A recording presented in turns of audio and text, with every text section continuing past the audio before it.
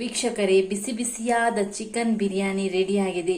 ನನ್ನ ಚಾನಲ್ ಇಷ್ಟ ಆದರೆ ದಯವಿಟ್ಟು ಒಂದು ಲೈಕ್ ಮಾಡಿ, ಶೇರ್ ಮಾಡಿ, ಸಬ್ಸ್ಕ್ರೈಬ್ ಮಾಡಿ, ಹಾಗೆಯೇ ನಿಮ್ಮ ಫ್ರೆಂಡ್ಸ್ನೊಟ್ಟಿಗೆ share. Everyone, welcome to Divya Om kitchen channel. ಇವತ್ತು ನಾನು ನಿಮಗೆ ಸುಲಭದಲ್ಲಿ ಮಾಡುವಂತಹ ಚಿಕನ್ ಬಿರಿಯಾನಿ ಯಾವ ರೀತಿ ಮಾಡಿ ತೋರಿಸುವುದಂತ ತಿಳಿಸಿಕೊಡ್ತಾ ಇದ್ದೇನೆ. ಅದಕ್ಕೆ ಏನೆಲ್ಲ ಬೇಕು ಅಂತ ಹೇಳ್ತೇನೆ. ಮೊದಲಿಗೆ ನೋಡಿ, ನಾನು 2 ಚಮಚದಷ್ಟು ಕೊತ್ತಂಬರಿ ಬೀಜದ ಪುಡಿಯನ್ನು ತಗೊಂಡಿದ್ದೇನೆ. ಅದು ಮನೆಯಲ್ಲೇ ಮಾಡಬಹುದು. ಈಗ ನಾನು ಮಾಡಿ ರೆಡಿ ಮಾಡಿ ಇಟ್ಕೊಂಡಿದ್ದೇನೆ. ಮತ್ತೆ 1 ಚಮಚದಷ್ಟು ಜೀರಿಗೆ, 2 ಚಕ್ಕೆ, ಸ್ವಲ್ಪ ಲವಂಗ ಮತ್ತೆ 2 ಏಲಕ್ಕಿ, ಸ್ವಲ್ಪ ಒಳ್ಳೆ ಮೆಣಸು, ಇಷ್ಟನ್ನು ತಗೊಂಡಿದ್ದೇನೆ. ಮತ್ತೆ ಮಸಾಲೆ ಐಟಮ್ಸ್ಗೆ ಏನೆಲ್ಲ ಬೇಕು ಅಂತ ಹೇಳ್ತೇನೆ. ನೋಡಿ, ನಾನು ಮಸಾಲೆಗೆ ಸ್ವಲ್ಪ ತೆಂಗಿನಕಾಯಿಯನ್ನು ತಗೊಂಡಿದ್ದೇನೆ, ತೆಂಗಿನಕಾಯಿ ತುರಿಯನ್ನು. ಮತ್ತೆ ನೋಡಿ, 2 ಟೊಮೆಟೊ, ಮತ್ತೆ 1 ಇಂಚಿನಷ್ಟು ಶುಂಠಿ, 4 ಎಸಳು ಬೆಳ್ಳುಳ್ಳಿಯ ಎಸಳು ತಗೊಂಡಿದ್ದೇನೆ, ಮತ್ತೆ 3 ನೀರುಳ್ಳಿ, 2 ಕಾಯಿ ಮೆಣಸು, ಮತ್ತೆ ಸ್ವಲ್ಪ ಅರ್ಧ ಕಟ್ಟಿನಷ್ಟು ಕೊತ್ತಂಬರಿ ಸೊಪ್ಪನ್ನು ತಗೊಂಡಿದ್ದೇನೆ. ಈಗ ಹೇಗೆ ಮಾಡುವುದಂತ ಹೇಳ್ತೇನೆ. ಆ ನಂತರ ಅಕ್ಕಿ 1 ಕಪ್ನಷ್ಟು ನಾನು ಬಾಸ್ಮತಿ ಅಕ್ಕಿಯನ್ನು ತಗೊಂಡಿದ್ದೇನೆ. ಮತ್ತೆ 1 kg ಚಿಕನ್ ಪೀಸ್ ಅನ್ನು ತಗೊಂಡಿದ್ದೇನೆ.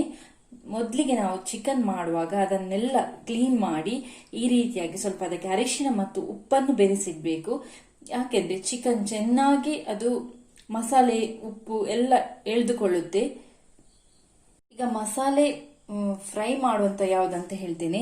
ನಾನು ನೋಡಿ, ಇಲ್ಲಿ 1 ಚಮಚದಷ್ಟು ಜೀರಿಗೆಯನ್ನು ತಗೊಂಡಿದ್ದೇನೆ, ಮತ್ತೆ 2 ಏಲಕ್ಕಿ, ಮತ್ತೆ ಸ್ವಲ್ಪ ಕಾಳು ಮೆಣಸು, 4 ರಿಂದ 5 ಸಾಕು, ಮತ್ತೆ 2 ಲವಂಗ, ಮತ್ತೆ 1 ಇಂಚಿನಷ್ಟು ಚಕ್ಕೆ. ಇಷ್ಟು ನಾವು ರೋಸ್ಟ್ ಮಾಡಿ ಫ್ರೈ ಮಾಡಿ ಅನಂತರ ನಾವು ಮಿಕ್ಸಿಗೆ ಹಾಕ್ಲಿಕ್ಕೆ ಉಂಟು. ಮತ್ತೆ ಇಲ್ಲಿ ನೋಡಿ, ನಾನು ಸ್ವಲ್ಪ ಕೊತ್ತಂಬರಿ ಬೀಜದ ಪುಡಿಯನ್ನು ತಗೊಂಡಿದ್ದೇನೆ. ಮತ್ತೆ ನೋಡಿ, ಅರ್ಧ ಕಪ್ನಷ್ಟು ತೆಂಗಿನಕಾಯಿ ತುರಿಯನ್ನು ತಗೊಂಡಿದ್ದೇನೆ. ನೀವು ಎನಿಸಬಹುದು, ತೆಂಗಿನಕಾಯಿ ತುರಿ ಯಾಕೆ ಹಾಕ್ತಾರೆ, ಬಿರಿಯಾನಿಗೆ ಹಾಕ್ತಾರಾ ಅಂತ ಹೇಳಿ. ತೆಂಗಿನಕಾಯಿ ತುರಿ ಹಾಕಿದಷ್ಟು ಟೇಸ್ಟ್ ಜಾಸ್ತಿ ಇರುತ್ತೆ. ಅದಕ್ಕಾಗಿ ನಾನು ಗ್ರೇವಿ ಮಾಡುವಾಗ ತೆಂಗಿನಕಾಯಿ ತುರಿಯನ್ನು ಯೂಸ್ ಮಾಡ್ತೇನೆ. ಮತ್ತೆ 2 ಸಣ್ಣ ಸಣ್ಣ ಪ್ಯಾಕೆಟ್ ತುಪ್ಪವನ್ನು ತಗೊಂಡಿದ್ದೇನೆ. ಮತ್ತೆ ಬಿರಿಯಾನಿ ಮಸಾಲ. ಈಗ ಯಾವ ರೀತಿ ಮಾಡುದಂತ ತೋರಿಸಿಕೊಡ್ತಾ ಇದ್ದೇನೆ. ಇಲ್ಲಿಗೆ ಗ್ಯಾಸ್ನ ಮೇಲೆ ಇಂಥ ಒಂದು ತವಾ ಇಡಬೇಕು. ಸ್ವಲ್ಪ ಬಿಸಿಯಾದ ನಂತರ ನಾವು ಜೀರಿಗೆಯನ್ನು ಹಾಕಿ, ಜೀರಿಗೆ ಮತ್ತೆ ಈ ಎಲ್ಲ ಮಸಾಲೆ ಐಟಮ್ಸ್ ಅನ್ನು ಹಾಕಿ ಹುರಿದುಕೊಳ್ಬೇಕು. ಈಗ ನೋಡಿ, ಸ್ವಲ್ಪ ಬಿಸಿಯಾದ್ರೆ ಸಾಕು. ಇದು ಬಿಸಿಯಾಗಿದೆ, ಸಾಕು. ಈಗ ನೋಡಿ, ಎಲ್ಲವನ್ನು ಹಾಕಿ ಹುರಿದುಕೊಳ್ಳುವ. ಹೀಗೆ ಮಾಡೋದ್ರಿಂದ ನಾವು ಮಿಕ್ಸಿಗೆ ಹಾಕಿದ ನಂತರ ಅದು ಚೆನ್ನಾಗಿ ಪುಡಿ ಆಗುತ್ತೆ. ನೋಡಿ, ಈ ರೀತಿಯಾಗಿ ಹುರಿಯಿರಿ. ಸ್ವಲ್ಪ ಹುರಿದ್ರೆ ಸಾಕು. ಗ್ಯಾಸ್ ತುಂಬಾ ಸ್ಲೋ ಇಡಿ.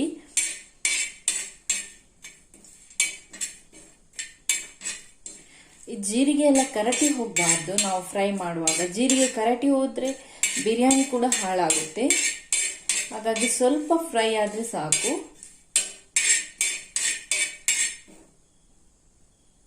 ಇದು ಸಾಕು. ಈಗ ಗ್ಯಾಸ್ ಆಫ್ ಮಾಡುವ. ಈಗ ನೋಡಿ, ಈ ಮಿಕ್ಸಿ ಜಾರ್ ಅನ್ನು ತಕೊಂಡು ಸಣ್ಣ ಮಿಕ್ಸಿಯಲ್ಲಿ, ಪುಡಿ ಮಾಡೋ ಮಿಕ್ಸಿಯಲ್ಲಿ ನಾವು ಏನೆಲ್ಲ ಹುರಿದಿಟ್ಟಿದ್ದೇವೆ ನೋಡಿ, ಜೀರಿಗೆ ಮತ್ತೆ ಲವಂಗ ಎಲ್ಲವನ್ನು ಇದಕ್ಕೆ ಹಾಕಿ, ಮತ್ತೆ ಕೊತ್ತಂಬರಿ ಸೊಪ್ಪು, ಶುಂಠಿ, ಬೆಳ್ಳುಳ್ಳಿ, ಅನಂತರ ಕಾಯಿ ಮೆಣಸು, ಇಷ್ಟನ್ನು ಹಾಕಿ ನಾವು ಚೆನ್ನಾಗಿ ಗ್ರೈಂಡ್ ಮಾಡಬೇಕು. ಈಗ ನೋಡಿ, ಚೆನ್ನಾಗಿ ಗ್ರೈಂಡ್ ಮಾಡುವ. ಸ್ವಲ್ಪ ನೀರು ಹಾಕಬೇಕು. ತುಂಬಾ ತೆಳುವಾಗಿರಬಾರ್ದು, ಪೇಸ್ಟ್ನ ತರ ಹಾಕಬೇಕು. ಈಗ ಗ್ರೈಂಡ್ ಮಾಡ್ತೇನೆ. ಎಲ್ಲವನ್ನು ಹಾಕಬೇಕು. ಕೊತ್ತಂಬರಿ ಬೀಜದ ಪುಡಿ ಕೂಡ ಹಾಕಬೇಕು. ಇದು ನೋಡಿ, ಇಷ್ಟು ಗ್ರೈಂಡ್ ಆದ್ರೆ ಸಾಕು. ಇದನ್ನು ನಾನು ಬೇರೆ ಪಾತ್ರೆಗೆ ತೆಗೆದಿರ್ತೇನೆ. ಇದಕ್ಕೇನೆ ನಾನು ಇದನ್ನು ತೆಗೆದಿಡ್ಬೇಕು. ಇನ್ನೊಮ್ಮೆ ಮಿಕ್ಸಿ ತೊಳಿಬೇಕಂತೆಲ್ಲ. ಇದಕ್ಕೇನೆ ನಾನು ತೆಂಗಿನಕಾಯಿ ತುರಿಯನ್ನು ಹಾಕಿ ಕೂಡ ಇದೇ ರೀತಿ ಗ್ರೈಂಡ್ ಮಾಡ್ಬೇಕು. ಇದನ್ನು ಮೊದಲಿಗೆ ನಾವು ತೆಗೆದಿಡುವ. ಈಗ ನೋಡಿ, ನಾನು ತೆಂಗಿನಕಾಯಿಯನ್ನು ಕೂಡ ಗ್ರೈಂಡ್ ಮಾಡ್ತೇನೆ. ತೆಂಗಿನಕಾಯಿ ಹಾಕುವುದಕ್ಕಿಂತ ಮುಂಚೆ ಅದಕ್ಕೆ ಸ್ವಲ್ಪ ಅರಿಶಿನ ಸಾಕು, ಸ್ವಲ್ಪವೇ ಸಾಕು, ತುಂಬಾ ಹಾಕಬೇಡಿ. ಸ್ವಲ್ಪ ಅರಿಶಿನ, ಸ್ವಲ್ಪ ಹಸಿ ಜೀರಿಗೆ, ಮತ್ತೊಂದು ಹಸಿ ಬೆಳ್ಳುಳ್ಳಿ, ಇಷ್ಟನ್ನು ಹಾಕಿ ನೀರು ಹಾಕಿ ಚೆನ್ನಾಗಿ ಗ್ರೈಂಡ್ ಮಾಡಬೇಕು.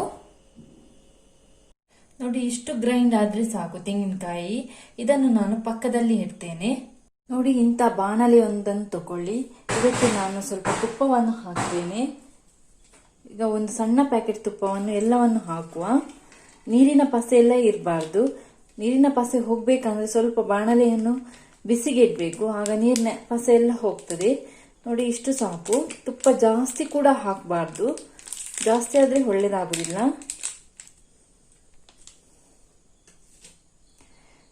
ನೋಡಿ ಈಗ ನಾನು ಒಂದು ಬಾಣಲೆಯನ್ನು ಇಟ್ಟಿದ್ದೇನೆ.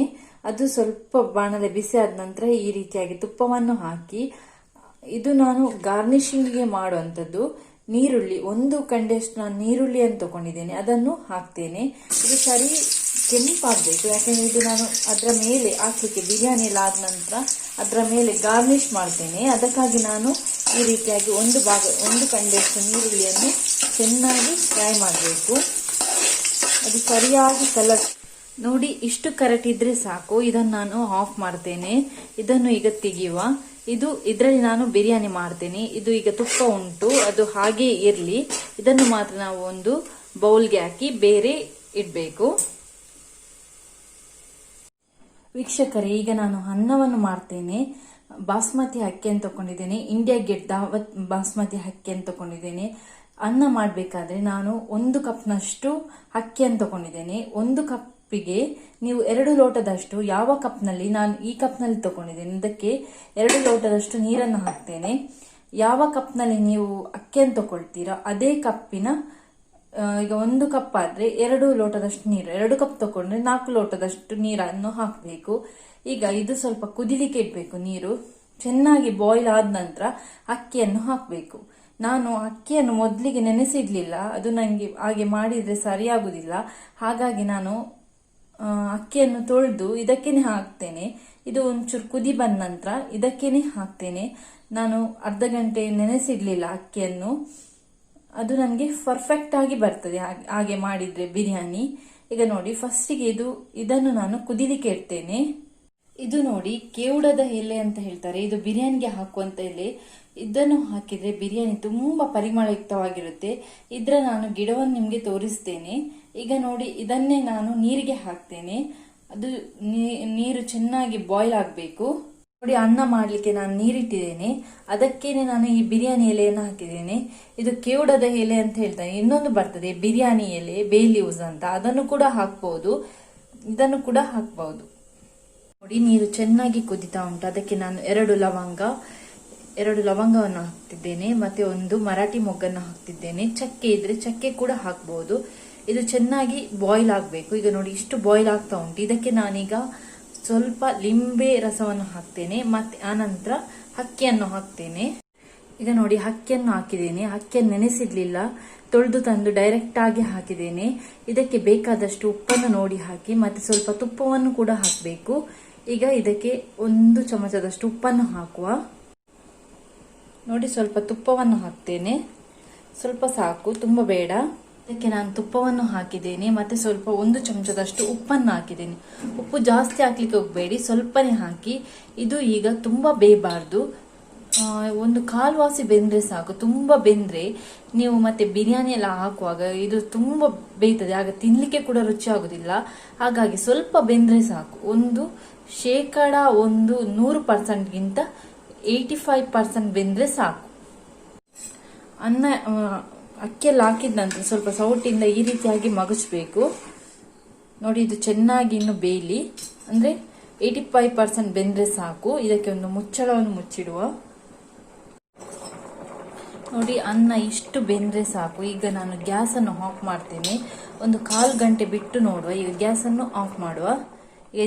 ಇದಕ್ಕೆ ಒಂದು ಮುಚ್ಚಳವನ್ನು ಈ ರೀತಿ ಮುಚ್ಚಿಡಿ. ಇದು ಸ್ವಲ್ಪ ಹೊತ್ತು ಹಾಕಬೇಕು, ಆಗ ಈ ಬಿಸಿಗೆ ಅನ್ನ ಸರಿಯಾಗಿ ಬೇಯ್ತದೆ, 85% ಬೇಯ್ತದೆ. ಅಷ್ಟೇ ಬೆಂದ್ರೆ ಸಾಕು.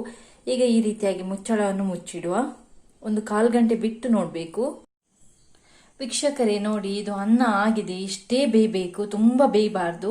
ಈಗ ಇದರಲ್ಲೆಲ್ಲ ಗಂಜಿ ಇರ್ತದೆ, ಇದನ್ನು ನಾವು ಒಂದು ಪಾತ್ರೆಯಲ್ಲಿ ಹಾಕಿ ಚೆನ್ನಾಗಿ ಹೋಲಿರುವಂತಹ ಪಾತ್ರೆಯಲ್ಲಿ ಹಾಕಿದ್ರೆ ಇದರ ಗಂಜಿ ಎಲ್ಲ ಬಸ್ದೋಗ್ತದೆ. ಹೇಗೆ ಅಂತ ತೋರಿಸ್ತೇನೆ.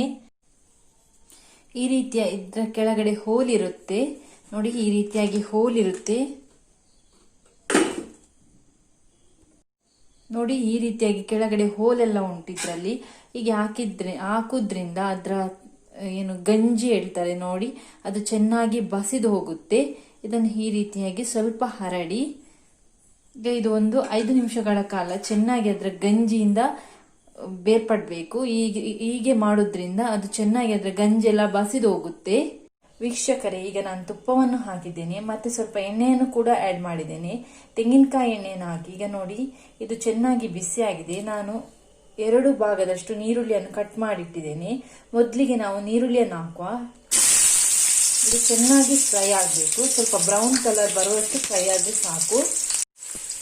ವೀಕ್ಷಕರೇ ನೋಡಿ, ನಾನು ಎಣ್ಣೆಯನ್ನು ಬಿಸಿ ಮಾಡಿ, ಎಣ್ಣೆ ಮತ್ತು ತುಪ್ಪ ಎರಡನ್ನು ಬಿಸಿ ಮಾಡಿ ಈಗ ನೀರುಳ್ಳಿಯನ್ನು ಹಾಕಿದ್ದೀನಿ. ನೀರುಳ್ಳಿ ಚೆನ್ನಾಗಿ ಫ್ರೈ ಆಗಬೇಕು. 2 ಕಂಡೆಯಷ್ಟು ನೀರುಳ್ಳಿಯನ್ನು ತಗೊಂಡಿದ್ದೀನಿ. ನೀರುಳ್ಳಿ ಬೇಗ ಕಾಯಬೇಕು ಅಂದರೆ ನೀವು ಸ್ವಲ್ಪ ಉಡಿ ಉಪ್ಪು ಇಲ್ಲದೆ ಕಲ್ಲುಪ್ಪು ಕೂಡ ಆಗ್ತದೆ. ನಾವಿಲ್ಲಿ ಉಡಿ ಉಪ್ಪನ್ನು ಯೂಸ್ ಮಾಡುವ. ನೋಡಿ, ನಾನು 1/4 ಟೇಬಲ್ ಸ್ಪೂನ್ ಅಷ್ಟು ಉಡಿ ಉಪ್ಪನ್ನು ಹಾಕ್ತೇನೆ. ತುಂಬಾ ಉಪ್ಪು ಹಾಕ್ಲಿಕ್ಕೆ ಹೋಗಬೇಡಿ, ಉಪ್ಪಾದ್ರೆ ತಿನ್ಲಿಕ್ಕೆ ಆಗುದಿಲ್ಲ. ಉಪ್ಪು ನೋಡಿ ಹಾಕಬಹುದು. ಈಗ ಚೆನ್ನಾಗಿ ಇದು ಫ್ರೈ ಆಗಬೇಕು. ಇದಕ್ಕೆ ನೀರೆಲ್ಲ ಸೇರಿಸ್ಲಿಕ್ಕಿಲ್ಲ. ಇದು ಎಣ್ಣೆ ಮತ್ತು ತುಪ್ಪದಲ್ಲಿ ಚೆನ್ನಾಗಿ ಫ್ರೈ ಆಗಬೇಕು. ನೀರುಳ್ಳಿ ಹೇಗೆ ಕಾಯ್ತದೆ ಅಂದ್ರೆ, ನೀರುಳ್ಳಿ ಕಾಯುವಾಗ ನಿಮಗೆ ಅದ್ರ ಸ್ಮೆಲ್ ಬರುತ್ತೆ, ಒಂದು ಒಳ್ಳೆಯ ಸ್ಮೆಲ್ ಬರುತ್ತೆ. ಆಗ ನಮಗೆ ಗೊತ್ತಾಗ್ತದೆ ನೀರುಳ್ಳಿ ಕಾದಿದೆ ಅಂತ ಹೇಳಿ.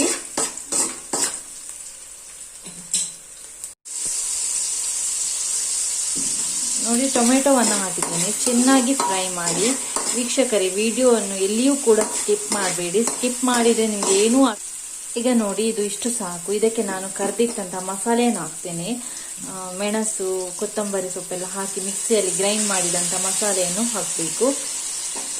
ಈ ರೀತಿಯಾಗಿ ಹಾಕಿದ ನಂತರ ಚೆನ್ನಾಗಿ ಮಗಚಬೇಕು. ಈ ಮಸಾಲೆ ಫುಲ್ ಹಸಿ ವಾಸನೆ ಎಲ್ಲ ಹೋಗ್ಬೇಕಿದ್ರದ್ದು. ಈ ರೀತಿಯಾಗಿ ಸ್ವಲ್ಪ ಮಗ್ಸ್ತಾ ಬನ್ನಿ.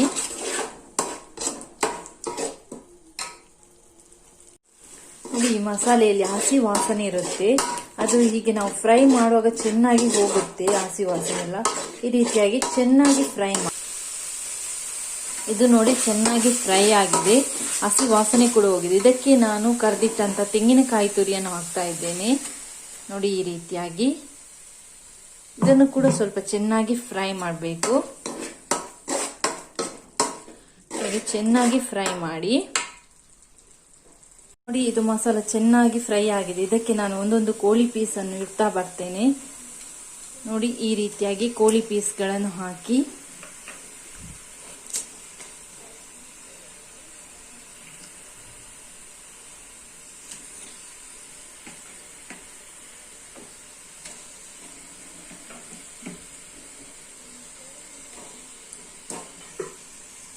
ಇದನ್ನು ಹಾಕಿದ ನಂತರ ಸರಿಯಾಗಿ ಇದಕ್ಕೆ ಮಸಾಲೆ ಎಲ್ಲ ಇಡಿಬೇಕು. ಹಾಗೆ ಈ ರೀತಿಯಾಗಿ ಮಗಿಸ್ತಾ ಬನ್ನಿ. ಇದಕ್ಕೆ ಯಾವುದೇ ರೀತಿಯಾಗಿ ನೀರು ಸೇರಿಸಲಿಕ್ಕಿಲ್ಲ, ಯಾಕೆಂದ್ರೆ ನಾನು ಇಲ್ಲಿ ಬಾಯ್ಲರ್ ಕೋಳಿಯನ್ನು ತಗೊಂಡಿದ್ದೇನೆ.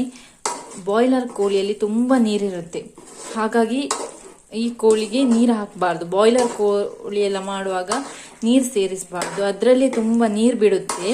ಈಗ ನೋಡಿ, ಇದಕ್ಕೆ ನಾವು ಸರಿಯಾಗಿ ಈ ರೀತಿಯಾಗಿ ಮಸಾಲೆಯನ್ನೆಲ್ಲ ಮಿಕ್ಸ್ ಮಾಡಬೇಕು. ಉಪ್ಪು ನೋಡಿ ಹಾಕಿ, ನಾನು ಮೊದಲೇ ಹಾಕಿಟ್ಟಿದ್ದೇನೆ ಉಪ್ಪನ್ನು, ಹಾಗಾಗಿ ಜಾಸ್ತಿ ಹಾಕಬಾರ್ದು, ಜಾಸ್ತಿ ಆದರೆ ತಿನ್ನಲಿಕ್ಕೆ ಆಗುದಿಲ್ಲ. ಈಗ ಇದಕ್ಕೆ ನಾವು ಒಂದು ಮುಚ್ಚಳವನ್ನು ಮುಚ್ಚಿ ಚೆನ್ನಾಗಿ ಕೋಳಿ ಒಂದು 1/4 ಗಂಟೆ ಆದರೂ ಬೇಯಬೇಕು. ಬಾಯ್ಲರ್ ಕೋಳಿ ಯಾವತ್ತು 1/4 ಗಂಟೆ ಬೆಂದರೆ ಸಾಕಾಗ್ತದೆ, ಅದು ಬೇಗ ಬೇಯ್ತದೆ. ಟೈಸನ್ ಬೇರೆ ಎಲ್ಲ ಕೋಳಿ ಎಲ್ಲ ಆಗುವಾಗ ಅದು ಬೇಯಲಿಕ್ಕೆ ತುಂಬಾ ಹೊತ್ತು ಹಿಡಿಯುತ್ತದೆ. ಈಗ ಇದಕ್ಕೆ ನಾವು ಒಂದು ಮುಚ್ಚಳವನ್ನು ಮುಚ್ಚಿಡುವ. ವೀಕ್ಷಕರೇ, ಈಗ ಇದಕ್ಕೆ ಸ್ವಲ್ಪ ಗರಂ ಮಸಾಲ ಹುಡಿಯನ್ನು ಹಾಕುವ. ಬೇಕಿದ್ರೆ ಹಾಕಿ, ಬೇಡ ಅಂತ ಹೇಳಿದ್ರೆ ಸ್ಕಿಪ್ ಮಾಡಬಹುದು. ಈಗ ಹಾಕಿ ಚೆನ್ನಾಗಿ ಮಿಕ್ಸ್ ಮಾಡುವ.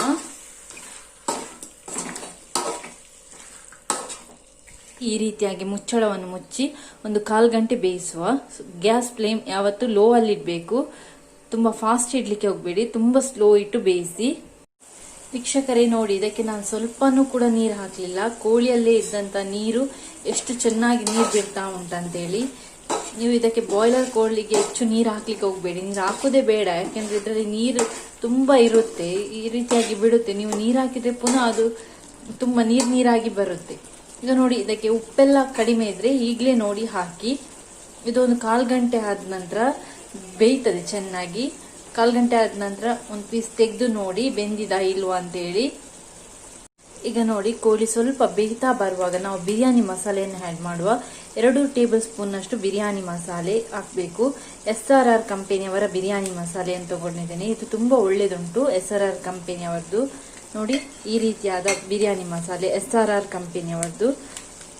ಇದನ್ನು ಹಾಕಿ ತುಂಬಾ ಹಾಕ್ಲಿಕ್ಕೆ ಹೋಗಬೇಡಿ, 2 ಟೇಬಲ್ ಸ್ಪೂನ್ ಸಾಕು. ಈಗ ನೋಡಿ ಅದು ಹಾಕಿದ ನಂತರ ಚೆನ್ನಾಗಿ ಈ ರೀತಿಯಾಗಿ ಮಗುಚಿ ಅದು ಮಸಾಲೆ ಎಲ್ಲ ಕಡೆ ಹೀಗೆ ಮಾಡೋದ್ರಿಂದ ಚೆನ್ನಾಗಿ ಅದು ಹರಡುತ್ತೆ. ಮಸಾಲೆ ಎಲ್ಲ ಕಡೆ ಮಿಕ್ಸ್ ಆಗುತ್ತೆ. ಈ ರೀತಿಯಾಗಿ ಚೆನ್ನಾಗಿ ಸೌಟಿಂದ ಚೆನ್ನಾಗಿ ಮಿಕ್ಸ್ ಮಾಡಬೇಕು. ಈಗ ಇದು ಒಂದು 5 ನಿಮಿಷ ಬೇಯಲಿ. ಇದು ಬೆಂದಿದೆ ಸಾಕು, ಇಷ್ಟೇ ಬೆಂದದ್ದು. ಆದ್ರೂ ಕೂಡ ಒಂದು 5 ನಿಮಿಷ ಸಾಕು ಬೇಯಲಿಕ್ಕೆ. ನೋಡಿ ಆಗ ನಾನು ಚೆನ್ನಾಗಿ ನೀರುಳ್ಳಿಯನ್ನು ಫ್ರೈ ಮಾಡಿಟ್ಟಿದ್ದೇನೆ. ಮತ್ತೆ ಅರ್ಧ ಕಟ್ಟು ಕೊತ್ತಂಬರಿ ಸೊಪ್ಪನ್ನು ತಗೊಂಡಿದ್ದೇನೆ. ಇದು ಎರಡನ್ನು ಕೂಡ ನಾವು ಮಿಕ್ಸ್ ಮಾಡಬೇಕು. ಮಿಕ್ಸ್ ಮಾಡಿ ಅದರ ಮೇಲೆ ಗಾರ್ನಿಶಿಂಗಿಗೆ ಹಾಕ್ಲಿಕ್ಕೆ ಉಂಟು. ಇದು ನೋಡಿ, ಇದು ಎರಡನ್ನು ಕೂಡ ಚೆನ್ನಾಗಿ ಮಿಕ್ಸ್ ಮಾಡಿ ಈ ರೀತಿಯಾಗಿ ಮಿಕ್ಸ್ ಮಾಡಿ ಇಡಬೇಕು. ಈಗ ನಾವು ಮಿಕ್ಸ್ ಮಾಡಿ ಇಡುವ. ಈಗ ಅದಕ್ಕೆ ಅನ್ನವನ್ನು ಕೋಳಿ ಚೆನ್ನಾಗಿ ಬೆಂದಿದೆ. ಇದಕ್ಕೆ ನಾನು ಅನ್ನವನ್ನು ಹಾಕ್ತೇನೆ. ಯಾವ ರೀತಿ ಅಂತ ತೋರಿಸ್ತೇನೆ. ಈಗ ಇದಕ್ಕೆ ನಾವು ಅನ್ನವನ್ನು ಮಿಕ್ಸ್ ಮಾಡಬೇಕು. ಈಗ ನೋಡಿ, ಸ್ವಲ್ಪ ಅನ್ನವನ್ನು ಈ ರೀತಿಯಾಗಿ ತಕೊಂಡು ಫುಲ್ ಎಲ್ಲ ಕಡೆ ಹೀಗೆ ಮಿಕ್ಸ್ ಮಾಡಬೇಕು. ಸ್ವಲ್ಪ ಸ್ವಲ್ಪ ಅನ್ನ ಸಾಕು, ತುಂಬಾ ಹಾಕ್ಲಿಕ್ಕೆ ಹೋಗ್ಬೇಡಿ, ಎಲ್ಲವನ್ನು ಹಾಕಬಾರ್ದು.